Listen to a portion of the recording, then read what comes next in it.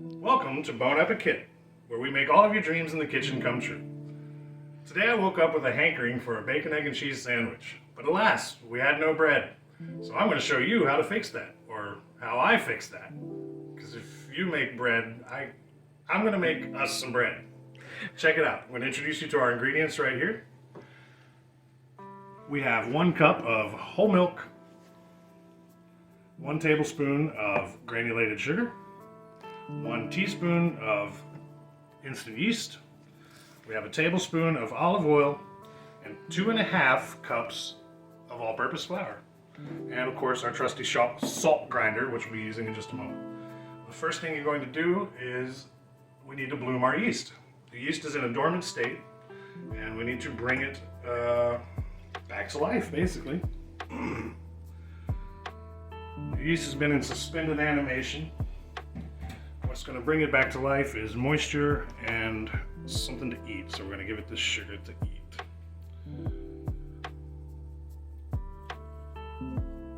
Combine your sugar with your milk. Give it a quick whisk.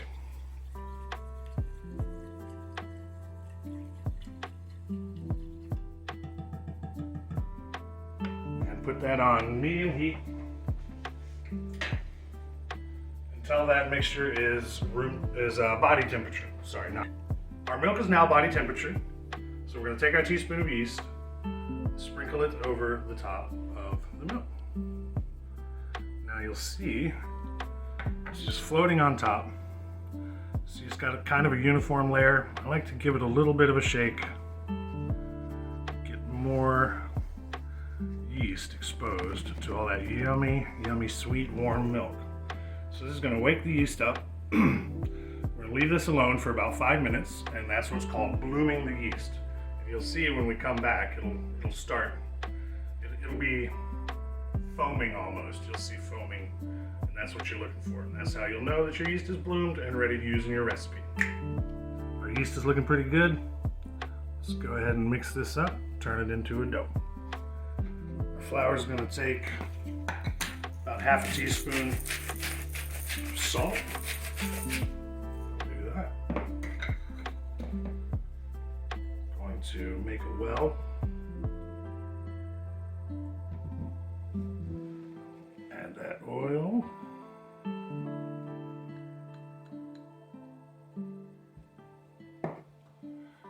Add our moisture mixture.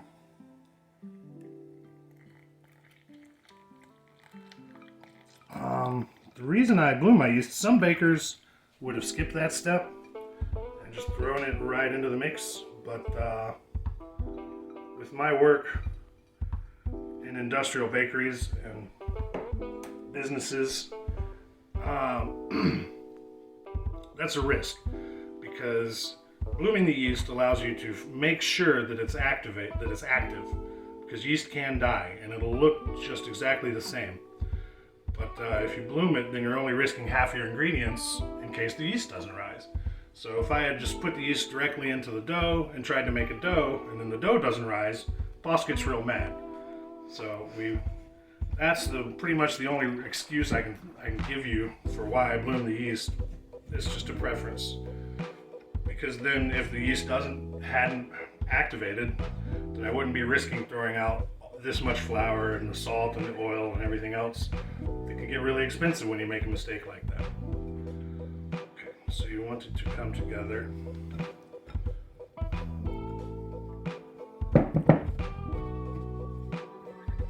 You want to be continually scraping the sides and the bottom of your bowl to get the dryness, the dry ingredients incorporated into the web.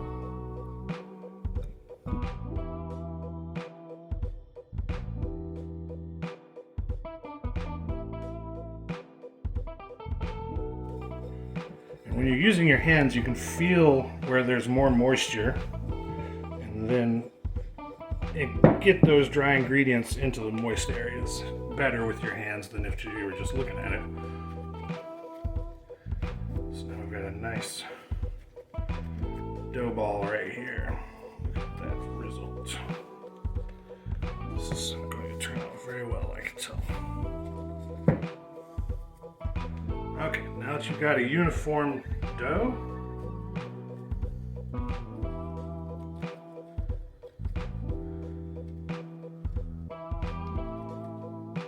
just knead it a little bit. These guys.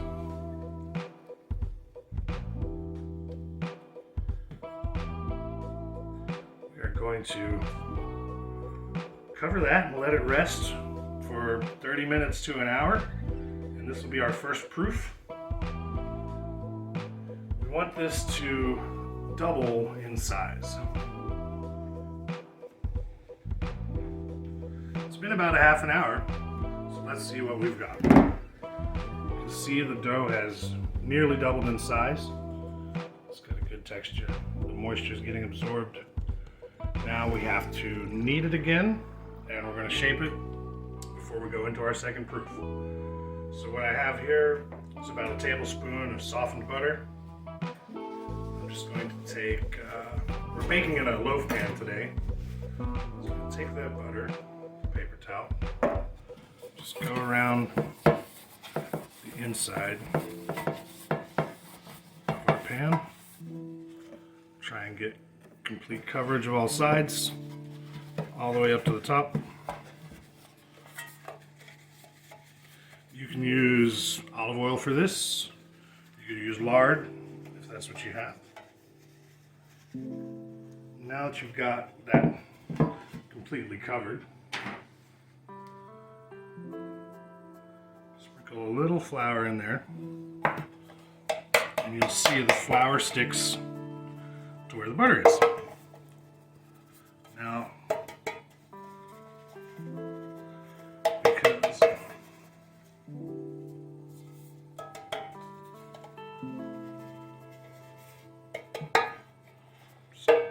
just tap the extra out, and you've got a floured loaf pan.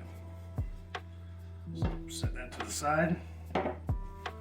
Scoop this bad boy out of here, or girl, depending. Sorry, I didn't mean to assume the gender of our loaf.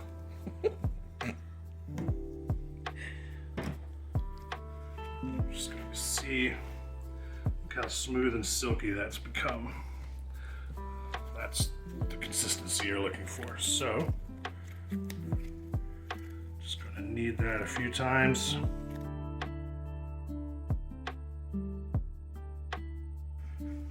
Stretch that out into a bit of a log shape.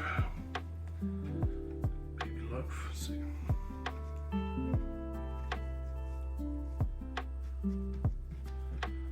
Put that in your loaf pan.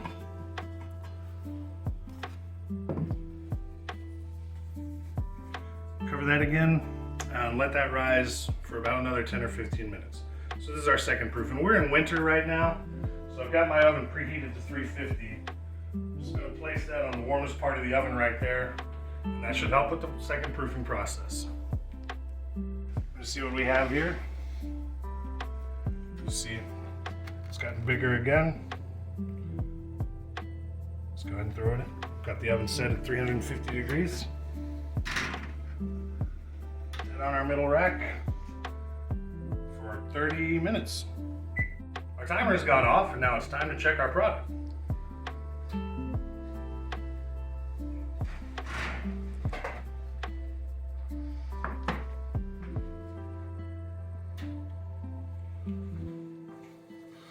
Turn this out. Catch. Let's do that again. That looks beautiful. Smells fantastic. I don't know what to say because I hate it. Well, I will take good care of it. That looks really beautiful. It's so cute. Should we rub some boutre? We have some of our softened butter here. Give that a quick going over.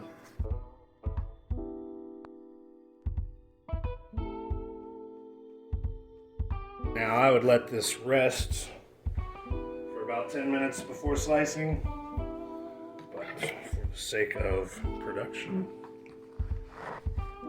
let's get you a good cross section of what we've created here.